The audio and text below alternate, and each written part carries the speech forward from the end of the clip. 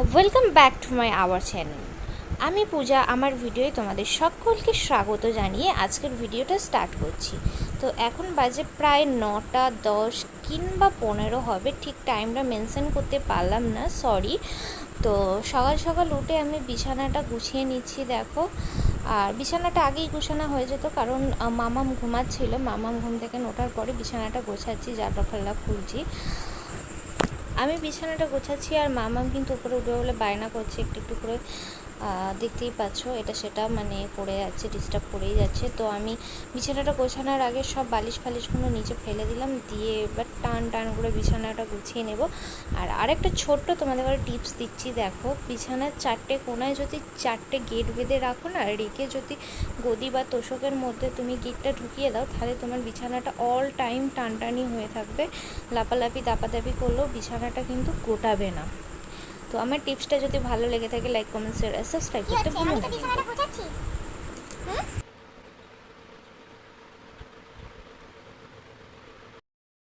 দেখতেই পেলে ও দুষ্টুমি করতে নিচে চালু করে দিয়েছে। যে গুণ আমি নিচে ফেলেছিলাম তার উপরে শুয়ে ছুঁয়ে মানে দুষ্টুমি করছে, আর আমি কিন্তু তার থেকে কেড়ে কেড়ে একটা করে নিয়ে আর উপরে উঠে যাচ্ছে। যেহেতু আমি ফের কনসিভ করেছি, সেই জন্য আমার একটু প্রবলেম হচ্ছে 14বার হেঁট হয়ে কাজ করতে, কিন্তু কিছু করার নেই। কে করবে বলো, করতে তো হবে। আর বিছানা অগোছালো থাকলেও ভালো লাগে না, তাই করে নিচ্ছি। যতই কষ্ট হোক যাই হোক করতে তো হবে। একা সংসার হলে যা হয়, আর একা সংসার বলো আর ডুয়েটি বলো, তোমার তোমার ঘরের বেডশিটটা তো তোমাকেই গোছাতে হবে, সেই যত প্রবলেমই থাকি। দেখে সব পড়ে যাচ্ছিলাম, পুতুলটাতে পা দিয়ে টেনে দিয়েছি, সেজন্য স্লিপ পাচ্ছি। পড়ে গেলে একটা মহা মুশকিল, মানে কেলেঙ্কারি ঘটে যেত। আর এই যে মামাকে সরিয়ে দিলাম, দিয়ে টেডিগুলো, এটা হচ্ছে মানে রেড কালার যে টেডিটা, এটা হচ্ছে ওর মামা দিয়েছে ওকে, হচ্ছে অন্নপ্রাশনে গিফট করেছিল। আর এই যে ইয়েলোটা এই রথের দিনে নিয়ে এটা হচ্ছে কিছুক্ষণের জন্য এইভাবে গুছানো হয়, 2 মিনিট। এই যে আমার রানী উঠে গেছে, দেখি রানীর মুখটা দেখি আমার। 2 মিনিটে পুরো একদম কল গুটিয়ে দেবে। আরম্ভ হয়ে গেছে, দেখো গুটোনা। আমার হ্যালো করে দাও।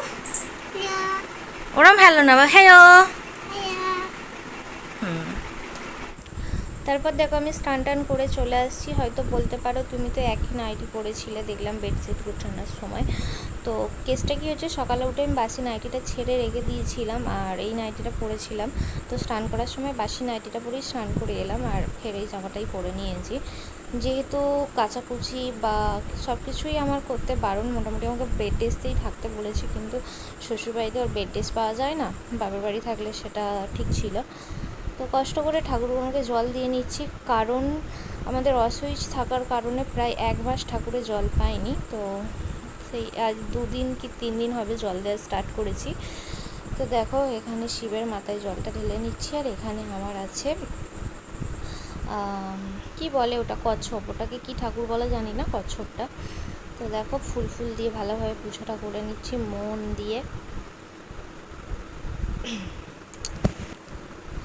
আর একটু সত্যি কথা বলতে, যেহেতু কনসিভ করেছি সেই জন্য বসা ওটার খুবই প্রবলেম হয়, প্রচুর প্রবলেম হয়। আর যেহেতু আমার একটা ছোটো বাচ্চা আছে, সেই জন্য আরও বেশি বেশি প্রবলেমটা হয়, কারণ ও তো আর জানে না, সেই জন্য ঘাড়ে কখন পড়ে যাচ্ছে, বা মানে শুয়ে থাকলে এসে জড়িয়ে ধরে পেটের মধ্যে পা তুলে দিচ্ছে। যতই বলি ভাই আছে ভাই আছে, তো শোনে না। আর তোমরা হয়তো বলবে সকলে যে কেন ভাই বোন থাকতে পারে না, অবভিয়াসলি থাকতে পারে। আমার মামাম সবসময় ভাই ভাই বলে, মানে সবাইকে ভাই বলে, সেই জন্য আমার ওটা অভ্যাসে দাঁড়িয়ে গেছে। ভাই মানে বোনকেও ভাই বলে, ভাইকেও ভাই বলে, ঠামিকেও ভাই বলে, সেজন্য।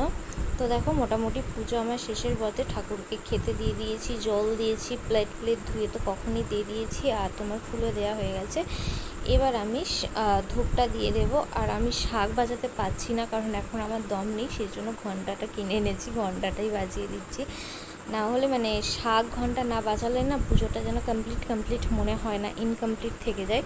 তো আমার ভিডিওটা যদি ভালো লেগে থাকে, লাইক কমেন্ট শেয়ার আর সাবস্ক্রাইব করতে ভুলো না, কিন্তু ফলো